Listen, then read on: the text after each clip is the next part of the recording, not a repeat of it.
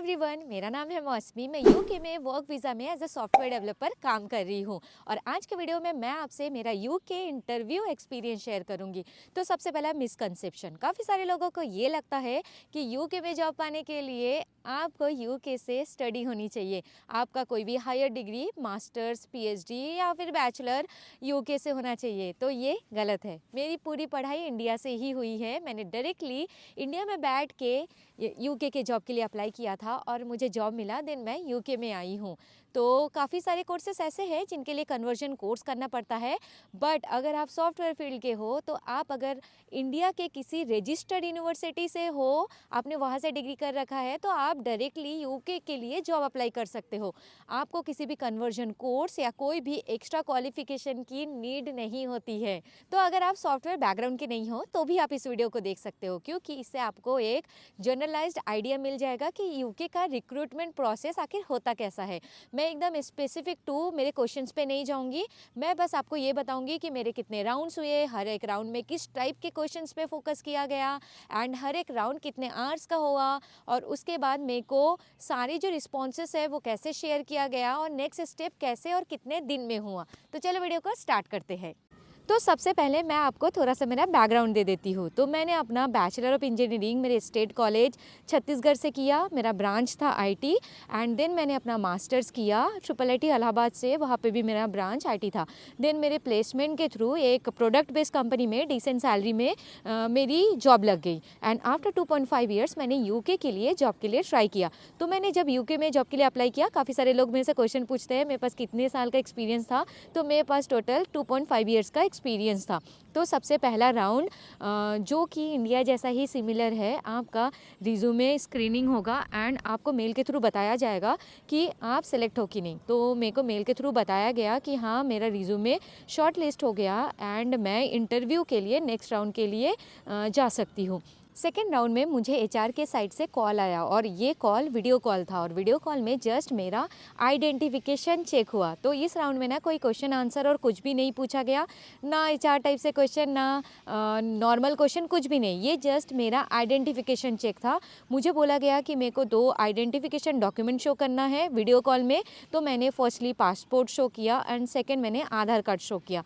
बस 15 मिनट का कॉल था। उन्होंने मेरे से मेरा नेम, एड्रेस एंड पूछा, डॉक्यूमेंट को मेरे को शेयर करने बोला वीडियो कॉल में एंड उसके साथ मेरी एक फ़ोटो कैप्चर करी उन्होंने। अब आते हैं मेरे थर्ड राउंड। तो थर्ड राउंड में मेरा एक टेस्ट हुआ, वो एप्टीट्यूड रीजनिंग और उसमें एनालिटिकल क्वेश्चंस थे। तो मुझे एग्जैक्टली याद नहीं है कि वो कितने आवर्स का था, 2-2.5 घंटे का था आई गेस, और उसमें ना 40-50 क्वेश्चंस थे। मुझे बहुत अच्छे से याद है, मैं सारे क्वेश्चंस नहीं बना पाई थी।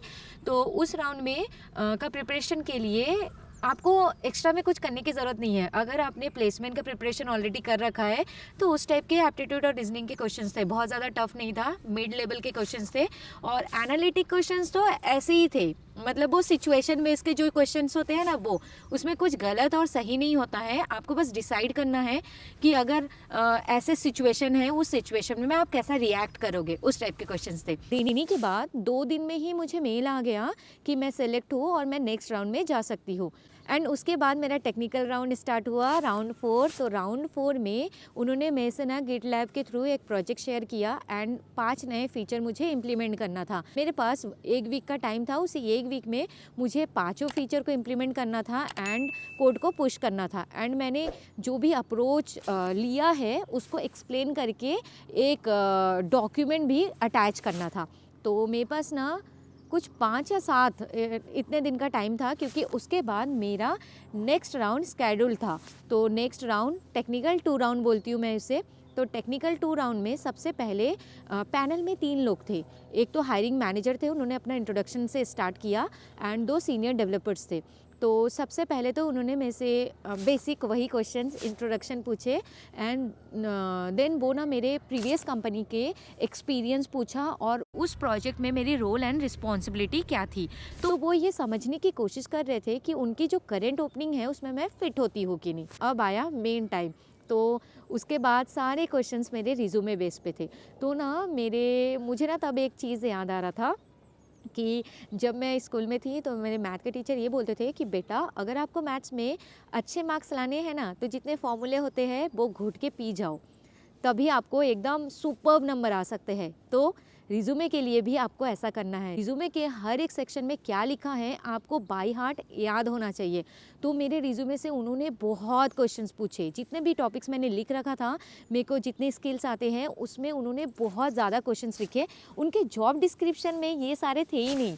लाइक उनके जॉब डिस्क्रिप्शन में ना वो मेरा पास्ट एक्सपीरियंस है जावा एंगुलर पे, बट उनका जॉब ओपनिंग जावा एंगुलर पे नहीं था, बट उन्होंने फिर भी जावा और एंगुलर के बहुत सारे क्वेश्चंस पूछे, माइक्रो सर्विसेज के क्वेश्चंस पूछे, क्योंकि ये मेरे रिज्यूमे का पार्ट था।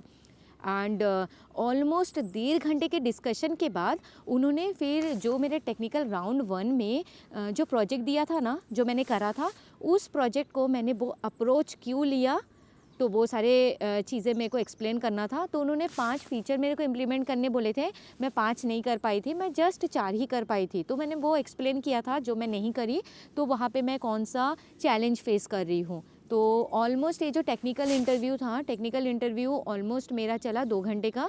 तो यहाँ पे कुछ टिप्स कि आपने अपने रिज्यूमे में जो भी चीज़ें लिखी होगी ना, तो वो आपको बहुत अच्छे से आना चाहिए। कुछ भी ऐसा पॉइंट आप मत लिखना जो आपने अपने बैचलर्स में कर रखा हो बट आपको अभी याद नहीं है, वो वहाँ से रिमूव कर दो। रिज्यूमे से वो कहीं से कुछ भी पूछ सकते हैं और वो एक्सपेक्ट करते हैं कि वो आपसे पूछ रहे हैं तो आपको आएगा। जो आपका जॉब डिस्क्रिप्शन होगा, जिस जॉब के लिए आपने अप्लाई किया, वो भी बहुत अच्छे से स्कैन कर लो कि कौन कौन सी उस कंपनी में उस जॉब रोल के लिए उनकी रिक्वायरमेंट क्या है, और उतने टॉपिक्स को बहुत अच्छे से पढ़ लो। तो मेरे को उनके जॉब डिस्क्रिप्शन के टॉपिक्स में से भी काफ़ी सारे टॉपिक्स पूछे। 2 घंटे का ऑलमोस्ट इंटरव्यू चला एंड उसके बाद एक हफ्ते बाद उसके बाद मेरे को मेल आया कि मैं सेलेक्ट हूँ नेक्स्ट राउंड के लिए। और नेक्स्ट राउंड मैनेजरियल राउंड था। तो टेक्निकल क्वेश्चन ऐसे उन्होंने बहुत टफ कुछ पूछा नहीं, 1-2 बस टेक्निकल क्वेश्चंस थे। उसके बाद उन्होंने सारे मैनेजरियल टाइप्स के क्वेश्चंस पूछने स्टार्ट किए। तो इस राउंड में अगर आपके पास 4-5 साल से ऊपर का एक्सपीरियंस है तो इस राउंड में आपको सिस्टम डिज़ाइन के क्वेश्चंस पूछे जा सकते हैं। मैं जो आपको अपना एक्सपीरियंस शेयर कर रही हूँ, ये जब मैंने 2.5 साल का एक्सपीरियंस था तब का बोल रही हूँ, बट लास्ट 1 साल से मैंने जितने भी इंटरव्यू दिए हैं उसमें हमेशा मेरे को इस राउंड में सिस्टम डिज़ाइन के क्वेश्चंस पूछे और हाई लेवल टेक्निकल क्वेश्चंस। तो इस राउंड में आप वो एक्सपेक्ट करो। सो इस राउंड में मेरे से पूछा गया सारे मैनेजरियल क्वेश्चंस एंड देन मैं इस कंपनी के लिए क्यों फिट हूँ। तो ये ऑलमोस्ट 1 से 1.5 घंटा चला और 1 से 1.5 घंटे के बाद 1 हफ्ते बाद मेरे पास फिर से मेल आ गया कि मैं इस राउंड के लिए भी सेलेक्ट हूँ और अब मेरे को मूव किया गया HR राउंड में। तो नेक्स्ट राउंड जो कि मेरा लास्ट राउंड था, ये था मेरा HR राउंड। तो HR राउंड में वही सब क्वेश्चन जो हर कंपनी पूछती है कि, और यूके है तो यूके में तो एक अलग ही लेवल का इस टाइप का क्वेश्चन था कि आपका यहाँ पे कितने साल रहने का प्लान है, अगर आपको यूके में आके अच्छा नहीं लगा तो क्या आप वापस चले जाओगे, क्योंकि ये मुझे वीज़ा स्पॉन्सरशिप देगी ना। तो इनको ये सब भी जानना इम्पॉर्टेंट है कि मेरा आने का पर्पस क्या है। तो फिर इन्होंने ये बोला कि आप इतने दूर आओगी, ओके मेरा फैमिली बैकग्राउंड पूछा, आप इतना दूर आओगी, आपके मम्मी पापा आपको बुला लिए 1 ईयर में तो आप क्या करोगी। देन ये भी पूछा कि आप अभी बैचलर हो तो आपकी शादी हो जाएगी, उसके बाद क्या करोगी, क्या जॉब छोड़ दोगी। तो इस टाइप के काफ़ी सारे क्वेश्चंस थे। सारे अब्रॉड मूव क्यों हो रही हूँ, तो सो ये सारे क्वेश्चंस के बाद फिर उन्होंने सैलरी का डिस्कशन किया कि मैं कितना सैलरी एक्सपेक्ट करती हूँ। ये ज़्यादा लंबा नहीं चला, 1-1.5 घंटे का चला एंड रिजल्ट ना काफ़ी टाइम बाद मिला मुझे। ये मेरा राउंड पूरा फिनिश हुआ और उसके ऑलमोस्ट 1 महीने बाद मेरा रिज़ल्ट आया कि हाँ मैं सेलेक्ट हूँ।